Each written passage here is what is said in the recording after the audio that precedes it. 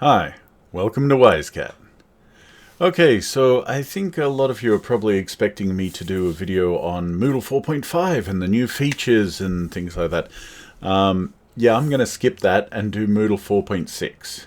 And I can imagine a lot of people are now thinking, Moodle 4.6, what? There is no 4.6. The next one's going to be 5.0. Well, sort of, kind of, yeah, but there is a 4.6.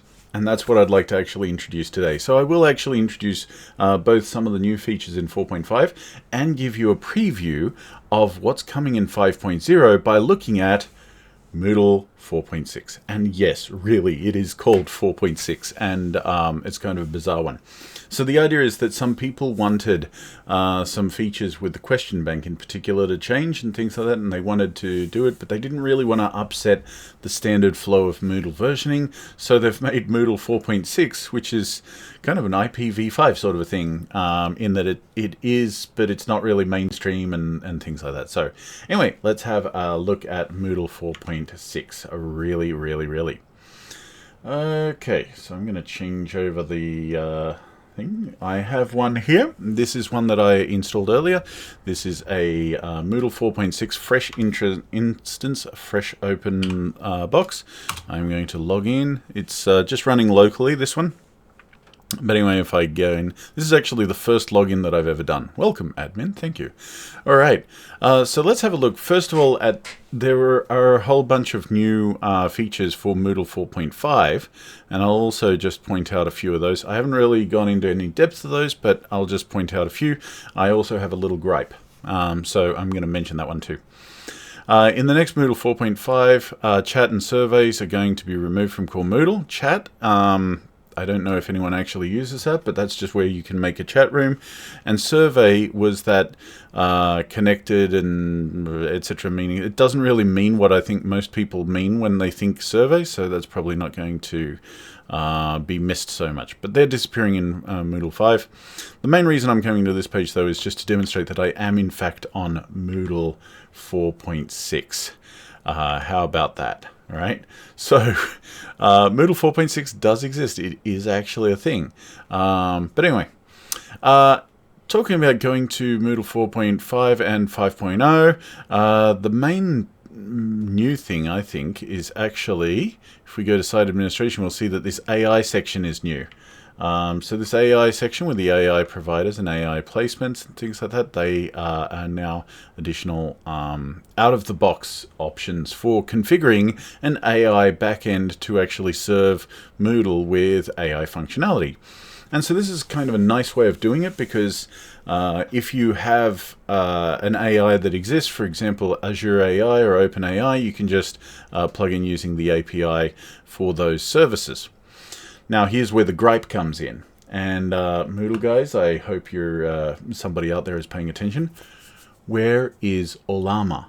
Right? Moodle is an open source piece of software, and typically is very solidly supportive of the open source community. So why is it that when the first AI showings have shown up, we've got Azure AI and we've got OpenAI, but we don't have Ollama? We don't have an open source option. Really? I mean, come on, guys. Just put that one in first. Give open source a little bit of priority, please. It's more on brand if we do that. So, yeah, there's my gripe. My grievance has been aired. Also, down below here, there's the course assistance placement and text editor placement. These are the different placements as to where the AI can be applied. So, we're going to... So yeah, the course assistance placement and the text editor placement, this is where the AI can actually appear in the system. And so course assistant placement and text editor, this is, allows you to actually have the interface that says, hey, you can go in the text editor and you can say generate an image or generate some text or something like that. So generative AI can be used for creating content, and these will probably increase in the future as well. There are also other efforts are currently underway, including one by Marcus Green. Awesome, shout out to him anytime I can, for making AI text, which is a question where you the students are asked to actually write something or produce some text or something, and afterwards the AI looks at it and checks to see what what kind of an answer it was. Good answer, bad answer, correct answer, incorrect answer. More so for providing instantaneous feedback to students or automated feedback across a wide variety of students than for, say, strict assessment, exams or anything. But very cool stuff to see anyway, because individual assessment can be made. Anyway, these things can be enabled or disabled at will, which is a very cool ability to have. I like being able to switch AI off in certain settings, so that is very cool. Anyway, I'm not mainly going to look at the 4.5. The main event for today's video is 4.6. So what's the 4.6 in implementation that's important?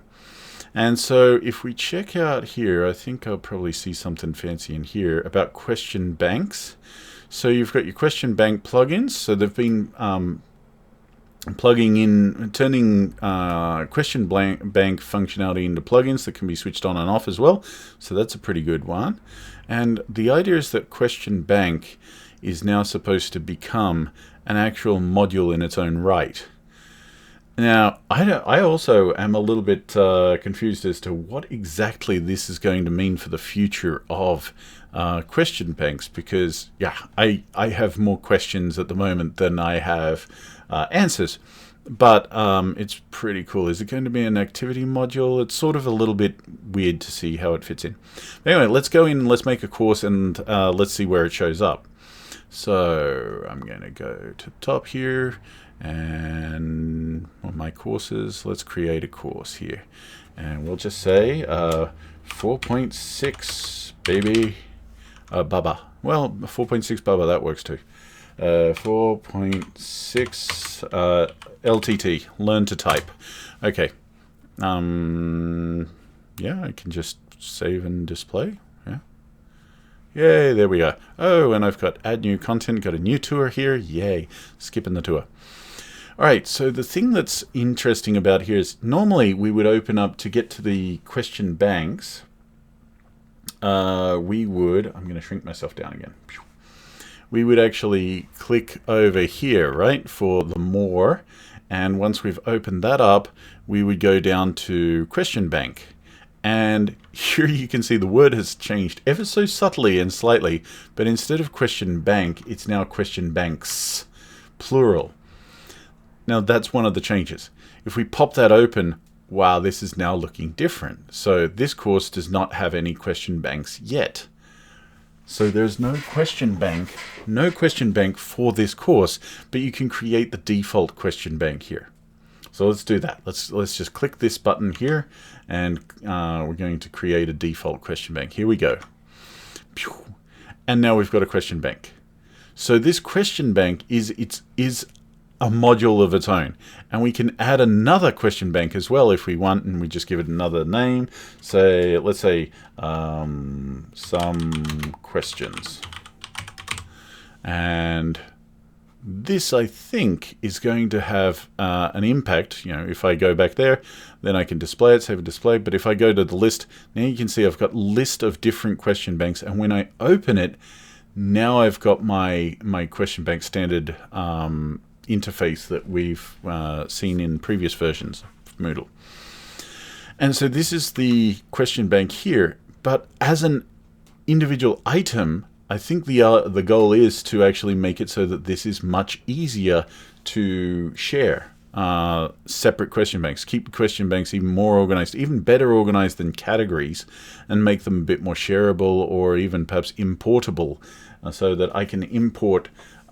You know, I don't actually understand. There's a lot of speculation I'm doing here, but I think the idea is that if I have two courses, then I can import one question bank from one course to another course without importing all of the question banks. I might only want one small question bank for one small part, and I can use the import feature to not import everything. At least that's the idea that I have, as I think how this is supposed to work. Anyway, let's get back to it. Let's import some questions in here. So I have, now if I come in here, I can go to import, and I have a Moodle XML file, formatted file, and same thing, default for some questions in this question bank, and I've got a little XML file. I'm going to use that and try to import it now. So let's give that a shot. It's got like 700 questions in there or something like that. Yeah. So these are all from the NGSL spoken list. So now I can see that my questions have been imported, and now I can go in there and I can see them, I can preview them, I can do whatever I wanted to do with them. So let's see, go to page 6 or something. Nope, paging is not working. Okay. Yeah, okay. Yeah, let's go show the subcategories. Apply the filters, and I'm not seeing any questions in there. Okay. So again, this is a little bit buggy perhaps because it's not really a mainstream version at the moment here. Let's go to categories and see what we see. Default for some questions is 0. That doesn't look great. Houston, we have a problem. Okay, let me go back out. Go to question bank. Oh, shared system question bank. Okay, so this is new. This type of question bank is created automatically and is used for things such as backup restores that could not find a target context, and for when deleting a category and its contents could not be deleted safely. System shared question bank. Okay. What do we have in here? We do not have anything in here. Let's check out the category list. Category list. Well, there are the questions. They exist there. Why are they here, though?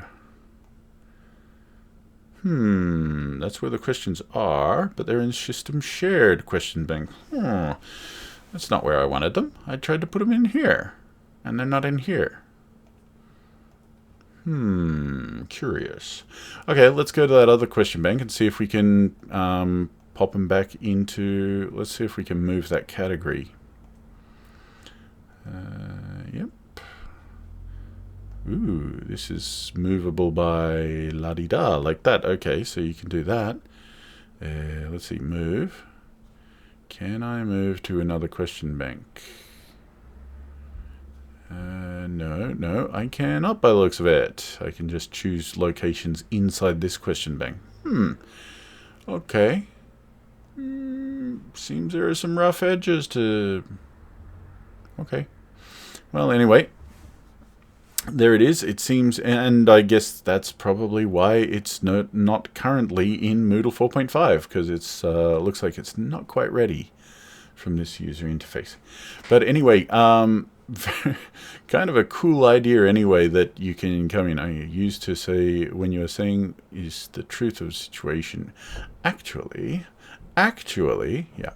Yeah, okay. Oh, and this has been somewhat reformatted with the format and everything. Okay. Those are cosmetics. But yeah, that's pretty much it for what I can see is the biggest change between 4.5 and 4.6. And so 4.6 is the idea is that you can create these questions. Question banks, and have the question banks being a bit better organized perhaps. And okay, so here's the question now is, if I come to this question bank here, can I export it? I guess that's the next question, right? The question. Export it. I'll try for GIF format. Let's try exporting this one as GIF format. Select the category and export to a file and see what that produces. Does that produce me a file? It does seem to be. Okay. Ooh. Okay, and that's produced something. Okay, and if I open that up, okay, this is what it produced. Yeah, and that looks like a pretty good gift format file. Yeah, it's a pretty good gift. Yeah, so that looks like exporting and everything's working fine there as well. Okay, so anyway, that's pretty much all I have for today because I haven't really had much chance to play with this yet. But more coming later. And if you would like to try out Moodle 4.6 for yourself, I will have a link down in the description below. There's a GitHub repository. It's not the same as the standard GitHub repository for all the other versions of Moodle, but this functionality is sort of a preview of things to come in 5.0 and beyond. So, hope you enjoyed it, and if so, give us a like and subscribe and all that sort of good stuff. And otherwise, I'll see you in the next video. Thank you very much. Catch ya.